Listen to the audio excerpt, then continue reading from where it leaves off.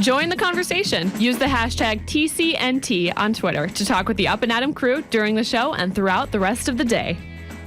Today's live feed brought to you by Central Media Services. You should broadcast your event live. Interact with people across the world live. Live streaming is great for product and service promotions, live announcements, online classes, church services, and wildlife broadcasting. Don't do it yourself because you will screw it up. Let the experts at Central Media Services handle it for you. Check them out at centralmediaservices.com. And today, centralmediaservices.com/UpandAdam for the live video feed of me. Just you. Just me today. Just you. That's fine. Yeah. 2 cameras on Jack. Well, you know, he's got multiple angles. You got to get both of my good sides. All 4 of them. Uh-huh. All right, boss man, what are we going to do?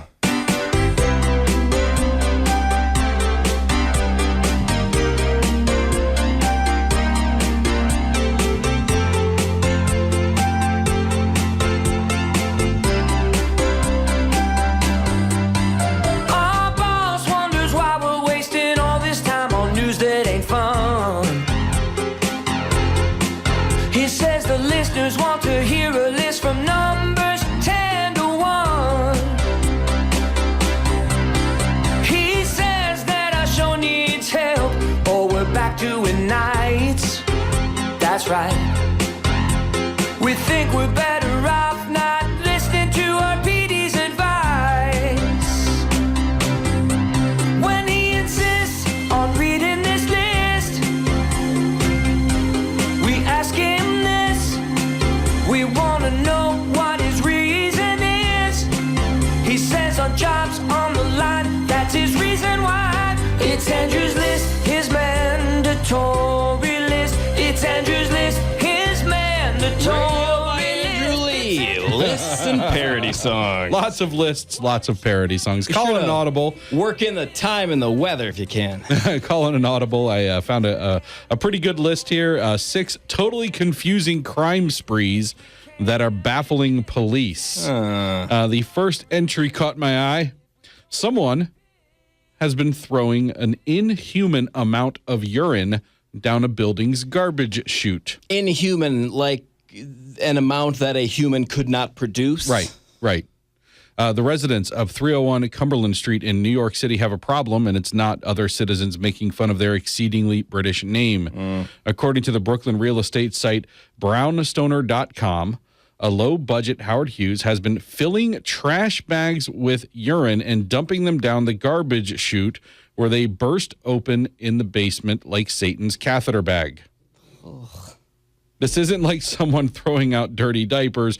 We're talking naked gun level urinations, like the amount of water you'd bring with you on a long camping trip. Oh. It's disgusting, and there are pictures. Do we know how often this happens? How long does it take to save it up? The trash bags hold 50 liters.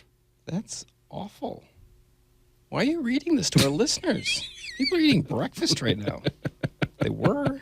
The following memo was put up urgent. It has come to our attention that someone is throwing away bags of urine down the trash chute or placing them in the basement. It is creating a foul odor in the building that permeates to every floor.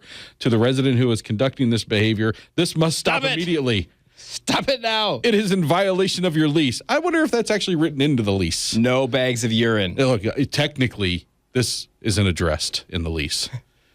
This is why home ownership is a good idea. Do whatever you want with your bags of urine. It does not abide by Department of Health codes. It is a health hazard to the residents of this building and the building in general. Not entirely sure somebody who fills bags up with urine. And then I guess the people who wrote the menu thought perhaps maybe the person was confused about what to do with it, so they threw in this helpful tip at the end. Please use your toilet as waste disposal and not the trash chute. Write this down. Hold on. Wait a second. Wait. That's what that thing is. Oh, that makes sense. Number 5, someone keeps flipping over smart cars in San Francisco. Okay, that's a little funny. Look, you could either have your smart car flipped over or filled with bags of urine. Right. Which would you take? And the upside of a flipped smart car is that you could just flip it back over by yourself. If you live in San Francisco and you own a smart car, there's a good chance that you might leave your home to go to work at a tech startup one morning only to find your precious vehicle flipped over on its side or back. And again, That's there awful. are pictures to go with it. These are tiny little cars. And I think they only weigh about 4 pounds. I am looking up right now how much they weigh. In April 2014, 4 cars were found flipped over like sad, wounded animals. There's not a lot of cows in San Francisco. You got to do something. You got to tip something. I was about to say, it's just like cow tipping. Yeah. Go interview everybody with a Wisconsin driver's license. 2 more were flipped over in June, and apparently this has just been going on and on and on, and nobody's been able to figure out who's been doing it. In Windsor, Ontario, someone... Smart car weight, about 1,800 pounds. That's not as light as I thought. Yeah, Actually, that's pretty heavy. It's more. That's takes a few people to tip that over. you and I would both have to do it. Lump. Let's be honest here, guys. All right, in Windsor, Ontario, there is a someone who's watched Edward Scissorhands too many times. Somebody Impossible. is turning public plants, topiaries, into phalluses. I don't understand. They are- lump. What is a phallus? They are cutting these plants to be shaped like giant male. Wings. One reporter who wrote about this hard journalism story referred to the mystery gardener as a bushwhacker, and then presumably high-fived herself for 10 minutes. Sometimes jokes are just for the joke writer.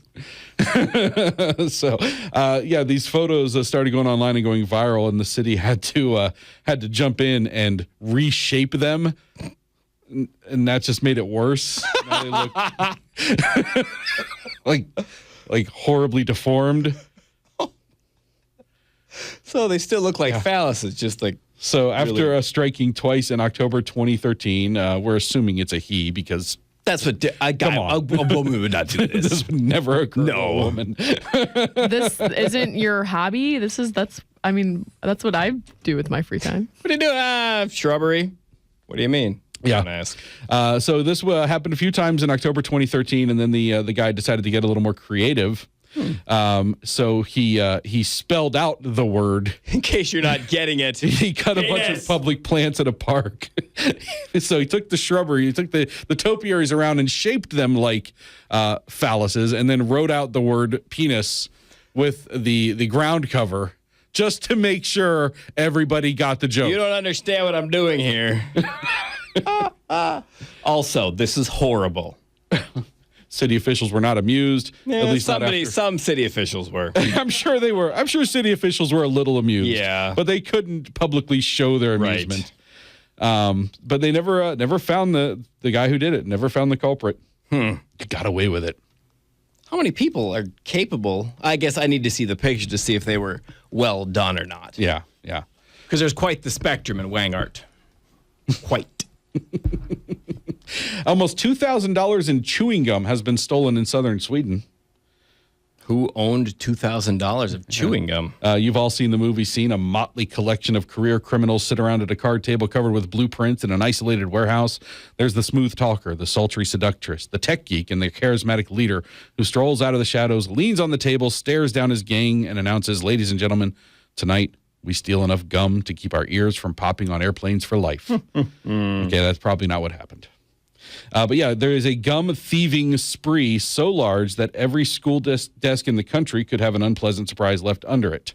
Maybe that's the plan. Yeah. It began in November 2014 when 184 packets of gum were stolen from what we assume was an IKEA because it's Sweden. Yeah, that's all they have there. That's right. Everything's an IKEA there. A suspect was caught and said he planned to exchange the gum for a jacket, which raises serious questions about Sweden's economy. Absolutely. They have a gum-based economy. Weird barter system they've got going on there. And a different assume it's an IKEA was hit for over 800 packs of gum. Somebody's been their gum is in ridiculously high demand. There is a black market for gum going on in Sweden. Well, of all the things to steal. And the last one real quick before we head in the break. One guy's house has been egged over 100 times in a year. Somebody hates and nobody's caught who did it. One elderly guy. Oh, really? This is an 85-year-old Ohio man, and his house has been getting egged on a consistent basis since March 2014. These are no normal eggings, though. Whoever is doing this throws the eggs from at least a couple of blocks away, apparently using some sort of launcher or catapult. Wow. They've got a long-distance egg-propelling device. I'm sure it's not surgical tubing in a funnel and 3 guys. That would never work. The official police statement reads, somebody is deeply, deeply angry at somebody in that household for some reason. Sounds like they've got a lot of leads. The only way this is acceptable. How old's the victim? 85. If it's some other 85-year-old guy who's had like a 50-year-old grudge. If it's young kids being mean to an old person, that's wrong. Yeah. The homeowner seems oddly admiring of his attacker's accuracy, but being woken up at 2 a.m. by avian artillery can't be fun. No. To their credit, the police aren't screwing around. They've held undercover stakeouts. They've installed surveillance cameras. They've canvassed the neighborhood, and they've sent the eggshells to a lab for testing. And they still haven't been able to figure out how do we know that it's not or why this is happening. Chickens flying over the house and just laying eggs there. They even had a suspect in custody once, but he was ruled out when they saw him on the street, quote, as an attack occurred in the presence of police. There's no amazing that they either this Euclid, Ohio has the most incompetent police force in existence. There's no possible way or that they're in on it. A young kid who was egging somebody's house could, while he's in custody, have one of his friends go egg the house. That's impossible. Criminal masterminds in Euclid, Ohio. It doesn't take much to be a criminal mastermind in Ohio, apparently. Apparently not. When we come back, comedian Tim Slagle will be third wheeling, and in town for Acme Comedy Company's Crash and Burn event is another comedian, Kostaki Economopoulos. Very good. For the first segment, then Ben Johnson at 8:15. Up and Adam now, and Rush Limbaugh today at 11. This is Twin Cities News Talk, AM 11.